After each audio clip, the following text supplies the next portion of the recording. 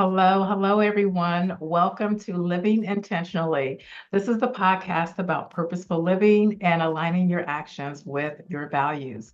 This is episode number 9, and I'm your host, Sandra Lee Branch. And each week we explore stories, strategies, and insights to inspire intentional living, passion, and embracing your unique journey. Let the inspiration and motivation to live a life of purpose, one intentional step at a time. And today I have with us, my dear friend, Miss Beverly Johns. Miss Beverly Johns is a mom. She's an IT professional. She has her own podcast. It's called Mahogany Speaks. She's on Spotify and Apple.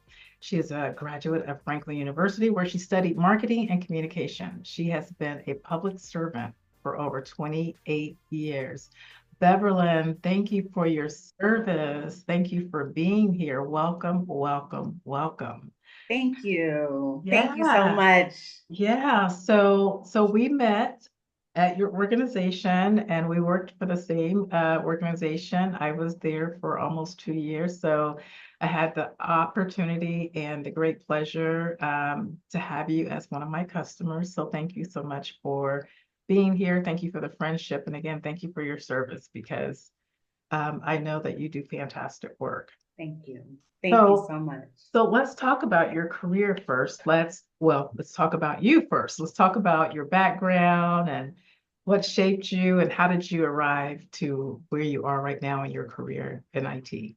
Well, certainly. And Sandra, thank you so much for having me. It is such an honor. I love Living Intentional podcast. It is a beautiful, safe space for your listeners to come and just hear your thoughts and possibly share their ideas in a safe space. And I think that that is so important for us, as many of us are transitioning in our lives, at this big age. And so Mm. having those inspirational podcast to listen to really can help someone through the day. So thank you for what you're doing. Thank So you. I started in the public sector when I was 20 years old. And just to take you back a little bit before that, when I was 15, I worked at White Castles. And I'll never forget, I said to myself, I want to be in the system by the time I'm 20 so that I can retire by the time I'm 50. Wow, that's being intentional. I was very intentional about it. And so that's what happened. I started when I was 20 and I started in the lowest, what people would consider the lowest position in the courthouse, which I absolutely loved. And that was filing paperwork away. I worked in the Wow. clerk's office. I filed paperwork away and I was so proud of the job that I was doing. Being proud in that position was simply matching up case numbers and making sure they were getting to the right file Oh, wow. That's because I important. it's very important. I Yeah. understood that judges and magistrates needed to make sure documentation was in the right place, in the right Mhm. order, so that when they heard cases, they Yeah. had everything in order. And so I was very proud of the work that I was doing in the clerk's office, but I was also intentional about the work that I was doing, introducing myself to customers and litigants and the attorneys and people who would come into the clerk's office to be serviced. And so from there, I built so many amazing relationships, some that I still have today. I remember some of the judges that are there today who were just graduating from law school. This is how Mm. long ago it was. And so we've been able to build friendships over the years. And while I was in the clerk's office, I just remember thinking to myself, I really want to be Bull from Night Court. Do you remember Night Court? I do. I So do. Bull was the bailiff. There's And a I new said, version out, right? there They is. remade it, but They rebooted yeah, it. yeah, Yeah. yeah, yeah. I wanted to be Bull from Night Court. And I had the opportunity to serve in that capacity in juvenile and domestic court. I Wow. absolutely loved it. Absolutely loved it. But fast forward, I got my undergraduate degree from Wilberforce, and um, the the path that I was on was to go to law school and then to become a judge. That was my goal. Oh, wow. But I when you never work, knew that. yes, that was the path that I was on. That was my hope and desire. But when you work in the court system, you begin to understand that the power that you think you have, you really don't. Judges and Mm, magistrates have to make decisions based off of the Ohio Revised Code. And so once mhm, people get into the court system, there's very little, there's parameters that judges and magistrates can work within. But Mm. when they get into the court system, there's very little that they can do to help a person, That right? makes so much sense because you wonder how decisions come down. It's like that doesn't make sense. But when you look at the laws, the statutes, it's how Exactly. it's written, and they have Yep. to work within those parameters. They have to work within those parameters. And so I quickly switched. I was actually studying for the LSAT, and I decided, you know what, I want to go back and get my master's because ultimately what I want to do is help people. Mm. And so one of my dear friends, I remember when he graduated from law school, this was like 12 years later. He was appointed by the governor to become the first African American auditor in the county. And he and I had a conversation years prior about what we wanted to do. You know, he was out of law school and I was in the courtroom. And I said, you know, I really want to help people. And he said, I really want to be a politician. And fast forward, God blessed us with what we wanted to do. Yeah. He was in a position to bring me on to become the director of community relations in the auditor's office. And so I was able to really do what I loved and what I wanted to do, and that was to help people outside the courthouse walls. So I was Yeah. in the community educating our constituents about everything that happens within the auditor's office, the programs that we have, just educating, making sure people knew what we could do for them, but also breaking down those barriers because oftentimes when you talk to people who are unfamiliar with the system, it's scary because of Mm-hmm. the unknown, Yeah. right? And Yeah. so I was trying to break those barriers down and those walls. So I was the director of community relations, and then I became the director of public relations, where I was kind of had a hand in written materials as well as the community aspect of it. So I was doing dual role Mhm. with the public relations. And so I did that for about 9 years.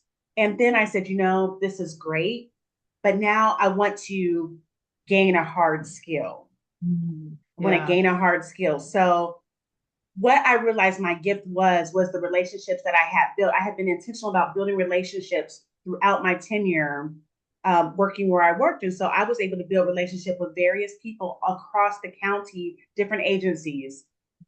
When I decided that I needed to gain a hard skill, I initially looked at IT because I'm like, this would be great because IT is not going away, but I know nothing about IT. But my gift was my ability to build and maintain relationships.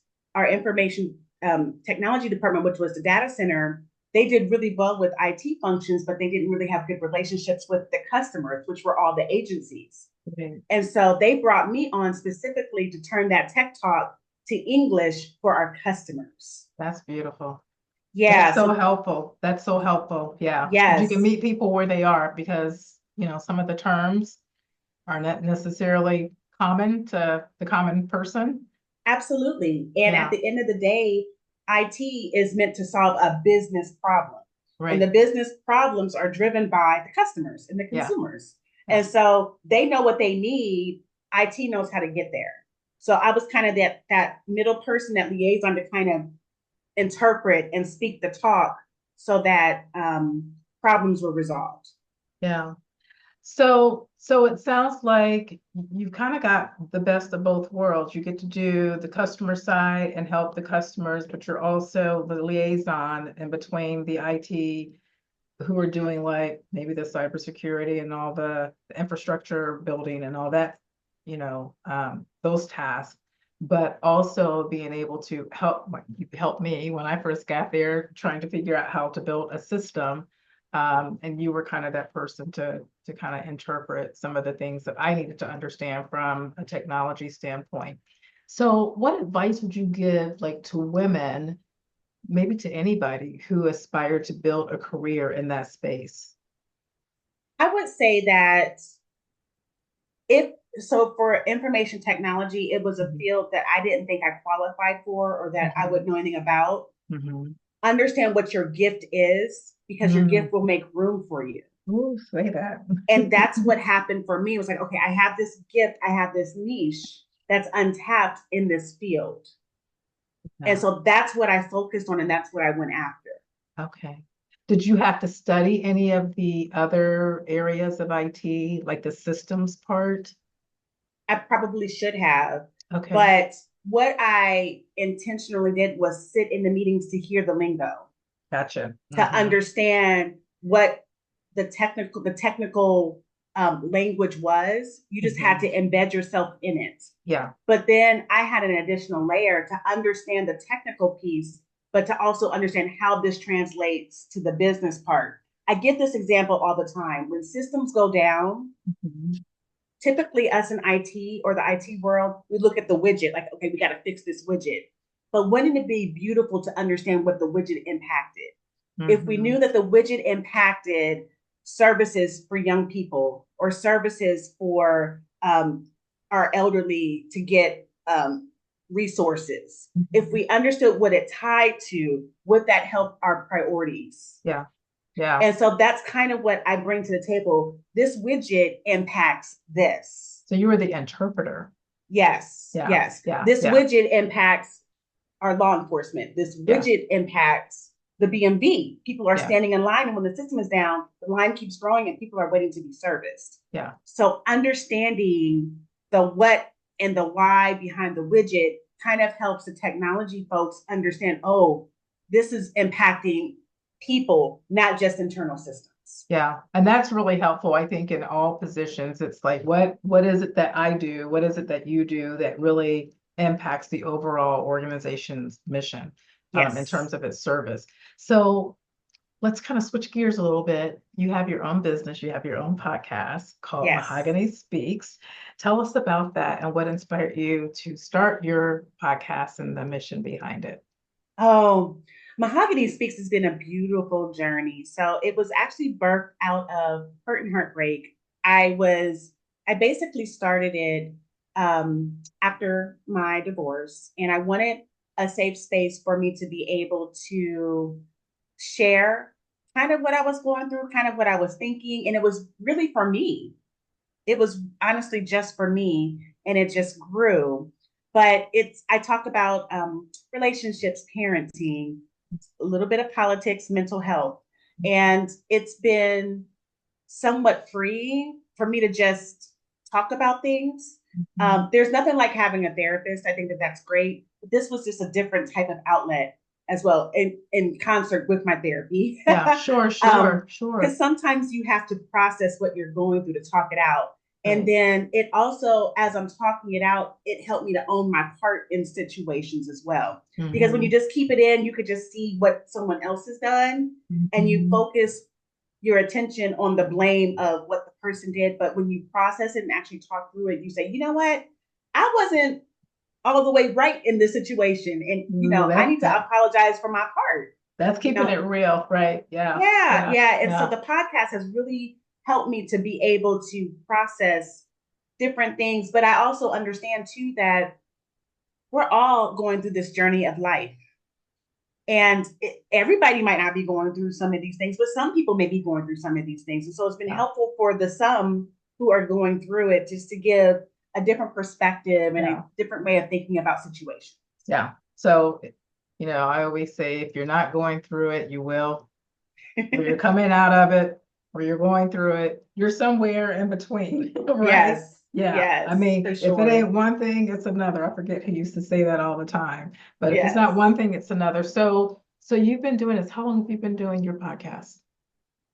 So I would say I started my podcast in like September 2023.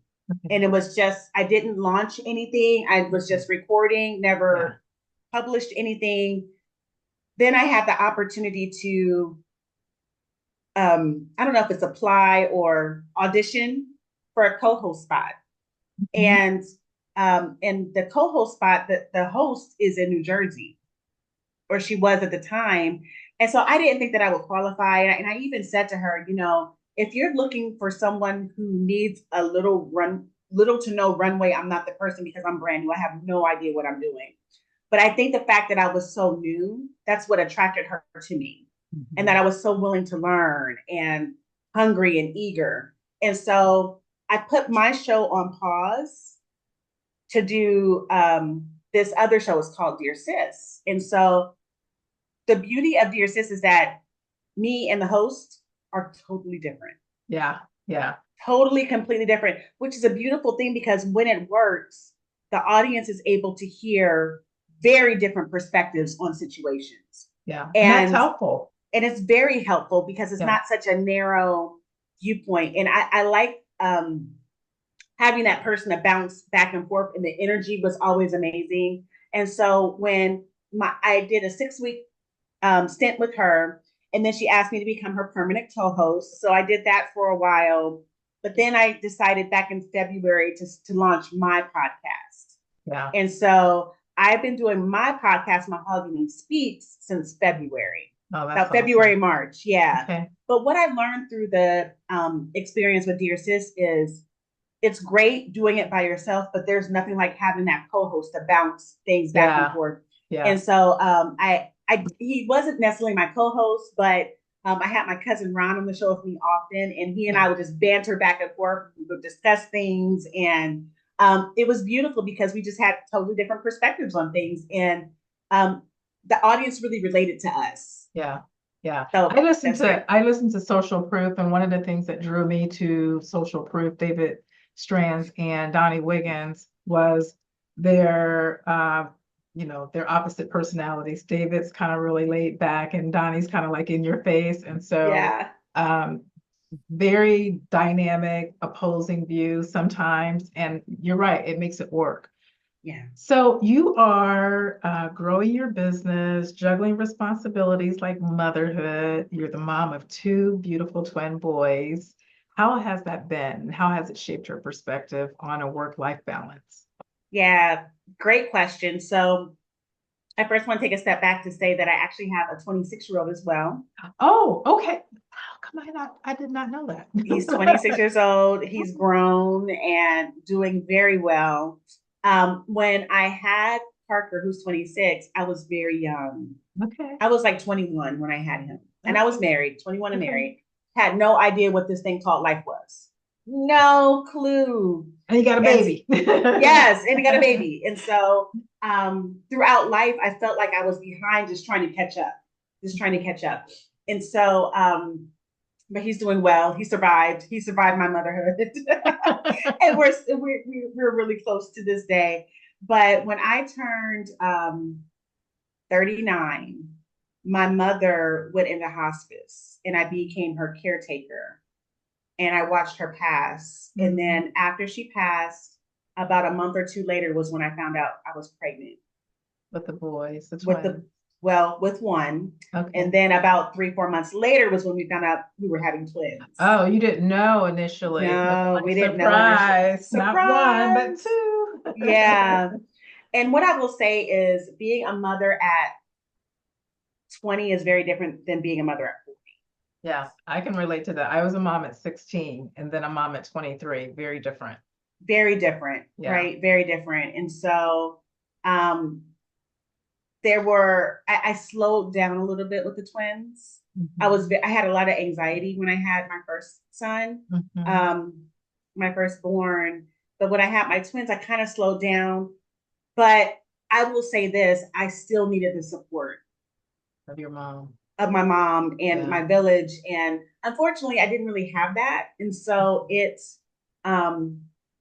was tough because postpartum is real. Mm-hmm. The hormones that are happening in your body, it's real. And when others don't understand what's happening, and on top of grief. Yeah. On top of grief. It was a lot. It was a lot. There were days that I never contemplated suicide, but I understood. Yeah. How people could go there. Yeah. Yes, I completely understood how people could go there because of the weight of everything that we have to carry as mothers. Yeah. Yeah, it's a lot. And you said you had another extended support system. Did you take advantage of that, or how? So I really didn't. Oh, you really did not. Okay. I didn't have that. Yeah, and so that was tough. But my husband at the time, he's an amazing father and yet amazing father, and so it was just us. Yeah. But what that meant was no breaks. Yeah. Not a lot of breaks, and everything that comes with that. But we made it through. The boys are 7 now, but in the midst of them growing, we started to notice some challenges with them. I actually started noticing around 6 months because they weren't sleeping through the night. Now, that's not uncommon, Right. but for me, it was like, okay, why aren't they sleeping through the night? Is there something happening? Is there something wrong additional? And so um, the doctors would say, they're fine, they're fine, they're fine. Finally, at 18 months, we started exploring assessments to find out what was going on. By the time they turned 3, the youngest twin was diagnosed with autism. And then the oldest twin was diagnosed with autism around 4.5, 5 years old. Okay. Okay. How many minutes apart are they? 54 minutes. 54 minutes? 54 minutes. Wow, that's a long time. How long were you in labor? It seemed like forever. But what happened and what was happening in my body was the oldest twin, baby A, had stopped growing and his heart rate was slowing down. Okay. So they had to induce me right away to get the babies out. Mm-hmm. And so baby A came right out, Aaron came out, but baby B wasn't ready to come out yet. And he stayed and stayed and stayed. And then my doctor made the decision, just go ahead and cut the baby out. Right. Yeah. And so 54 minutes apart. Wow. Mm-hmm. Wow. That had to be tough. Yes. Yeah. Very tough. So postpartum, healing from the C-section, which is horrific. And your mom's not here. Right. Mom's not here. Yeah. And then another layer to that, my family was also grieving because my brother, a year before my mother passed away, his daughter passed away. She was only 10 months. Wow. So there was a lot of withdrawal because his daughter passed away and here I am having babies. Twins, yeah. Yeah. So his daughter passed away, my mother passed away, and then right before the babies were born, my grandmother passed away. My goodness. So we had a lot of loss in our family. Yeah. And so I don't think that my family was mentally prepared to welcome a set of twins, to be honest with you. Yeah, yeah. And that's a lot to take in because you've got happiness and sadness all at the same time. And it's like, I want to be happy, but my body is feeling all of this emotion for loss of my child, my mom, you know, that's a lot to take in. How do your boys, the twins and Parker, inspire your work as you're doing it right now? Oh, so Parker inspires me every day because it's interesting. When you raise your children, you don't know if they're listening to you. Yeah. And you hope that when they are outside of your presence, that they are kind, that they are considerate, that they are respectful to others. And Parker is doing that. He is so kind. He is so loving. I was at church one day, you know, he was going to a different church, but he goes, and I saw this young man walking like my son. And it was my son. So to see that he has a desire to serve God, which is how, you know, I raised him. Yeah. That inspired me. Like I didn't do it wrong. Because you know, as a young mother, you don't know. You don't know. No, not until they get older and you go, yeah, I raised them. Yeah. And I'm like, wow, he's, you know, and so, you know, just seeing him at church separate from me, I was shocked. Very happy. So he inspires me every day. And the twins, they have given me a double dose of patience and a double dose of tolerance and joy. And but they've also increased my empathy. Yeah. Because me going through therapy, I understand the diversity within me. Now going through and processing things. Yeah. They also have neurodiversity. And so because we're going through this life with neurodiversity, I can really have empathy for those who are struggling. And there's a lot of it in IT where folks are different, you know, they think differently. And before, when that may have happened, I may have considered them rude or unable to communicate or just they were off-putting. No, they just think differently, and that's Yeah. okay. That's okay. That's right. We have to be more inclusive, and the twins have taught me that. Yeah. What's the most memorable thing that you can remember that they did that just made you crack up?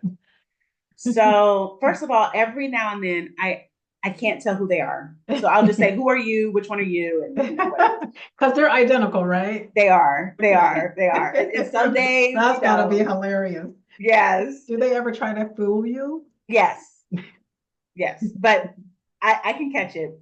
One day, I was in a meeting in my office, and they were acting up, and so I separated them. One came downstairs in the office with me, and one stayed upstairs. And all I remember hearing was they had these walkie talkies.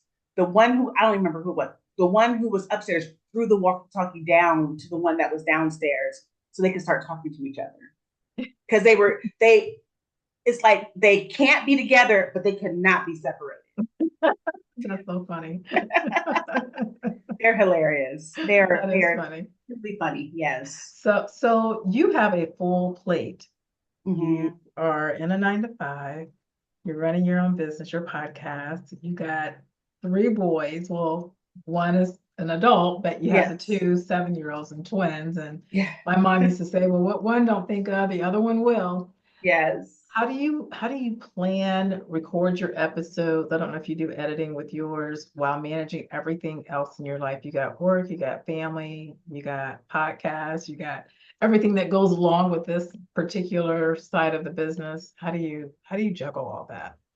Well, one thing that I would say is I couldn't do any of this without my partner in parenting. We're divorced, Mhm. but he's my partner in parenting, and I couldn't do half of what I do without him. On Saturdays, I have a very tight schedule in the mornings. I go to the gym for 90 minutes, and I'm normally done by 10:30, and I'm recording at 11, between 11 and 11:30, I'm recording. Yeah. That's my time. That's already built in, and so he Mhm. makes sure that he has the boys so that I can do that. Yeah. So that's how I've been able to accomplish that. And like you, I don't edit. I may edit like the snip at the beginning and maybe the Yeah. snip at the end, but Yeah. what it is what it is. Yeah. And Yeah. so there's Like not it. it's Yeah, raw. it's completely raw. Yeah. So there's not. It doesn't take a whole lot of time. I may listen to make sure there's no audio issues, Yeah. but it doesn't take a whole lot of time to after I record to get that episode uploaded. Mhm. But that's how I'm able to conquer the recording. And I only record on Saturdays. Okay. Now I will if someone asks for me to be on their show, I will make adjustments through the week to be on their Mhm. show because it's not that often. So Mhm. I do want to be accommodating to the podcast community and my podcast family. Thank you. And plus, yes, of course. And I think that it just builds that community and builds Yeah. those relationships. Yeah, So yeah. yeah. What advice would you give for others who are trying to juggle multiple roles and passions? Because I know I'm in groups where there are some of us doing the same thing, right? We work a 9 to 5, we're married, we have kids, we have dogs. We're Yeah. trying to juggle all the things and still do this in service to other people. What's one piece of advice would you give for folks trying to jump into this? Well, one thing I would say is that we all have the same amount of hours, minutes, and seconds in the day, right? Yeah, And yeah, so when we look at that, um, what has worked for me is specifically schedule and plan, but I don't overly plan and schedule yeah, yeah, because I will let myself down and I will let those who I commit to down. right. But one thing that I am committed to are my Saturday mornings. Yeah, So yeah. find a day where you can commit to say, this is my time to achieve my goals or to do what I need to do to make progress in whatever where I'm trying to go. Yeah. So that one day, just set time aside and be intentional about that time. And Yeah. in that way, you're not overextending yourself or making promises that you may not be able to keep and disappointing yourself and disappointing others. But you can control. I have a 2 hour block. Yeah. Now, if I decide to not do what I need to do with that in that 2 hour block, I got to work on that. And I'm holding myself accountable for that. But you have that 2 hour block to do what you need to do. So do it Yeah. in chunks. Yeah. And being being intentional, but not being so rigid that you don't have space to flex out if you need to. Sure. Yep. Yeah, yeah. Absolutely. So when you look back over everything that you've accomplished, and it's a lot, what are you most proud of? I am proud that in the darkest days of my life, I still had joy Yeah, that's because, huge. yeah, I still had joy. It didn't mean that it didn't get difficult. It didn't mean that I didn't cry. Yeah, But when I look back over my life and I think things over, yeah, right, I have been incredibly blessed, and um, moments will happen, things will come. But I am so proud of the joy that I continuously have. And joy is very different than being happy. yeah, Joy is yeah, something on the inside, and I'm proud that I've never let my joy leave me. yeah. You sort of kind of remind me of myself because you're generally a happy person. I'm generally a happy person. Yes. Yeah. Very optimistic. I always see the glass half full, even though Yes. some people might see it half empty. It's like, nope, it's half full. Um, as you continue your journey, your podcast, and all the things that you're doing, what do you hope to leave behind, both personally and professionally, in terms of your legacy? Hmm. I just want people to remember me as a kind and considerate person. I think that it just goes a long way to consider others. You may Yeah, not be perfect, you may not have a lot of money, you may not have a lot to give, but consideration is rich, yeah, and being yeah, kind is rich. And that's what I want to be remembered as a person who is kind and considerate. yeah. I Mhm. think that it's kindness and consideration of others is so underrated these days. I'm on the road every morning for almost an hour and a half to and from Columbus, and I can tell you a lot of people out there are not kind on the freeway. Yes, They will run yes, you off the road. So yes, I think that's huge. I would also add in love is so important, really, just leading with love. Because if you yeah, lead with love and respect, you never have to ask for forgiveness, right? So yes, yeah. yeah. I Mhm. I want to ask you, how can people listen to Mahogany Speaks?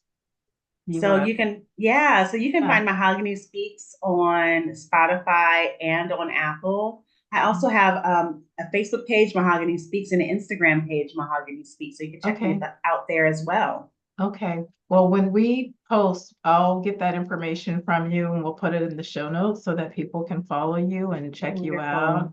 Yeah. Any lasting words you want to say as we close out our chat? Just thank you so much for having me. It's such an Oh, honor. I was thrilled when you reached out to me. I think that this is so oh, important. Just having folks come on and share their stories to inspire other people, I think it's a beautiful thing. So keep doing what you're doing, and whatever you need, let me know. thank you. Thank you. It's been such a great opportunity to talk to you and catch up with you. It's been 7 months since I left, and so happy to see you. And Yes, obviously, we'll always stay in touch with you. All right, absolutely. everybody. This will be posted on YouTube. You can also find it on Spotify, the audio version, and we'll see you next time. Talk to you soon. Take care.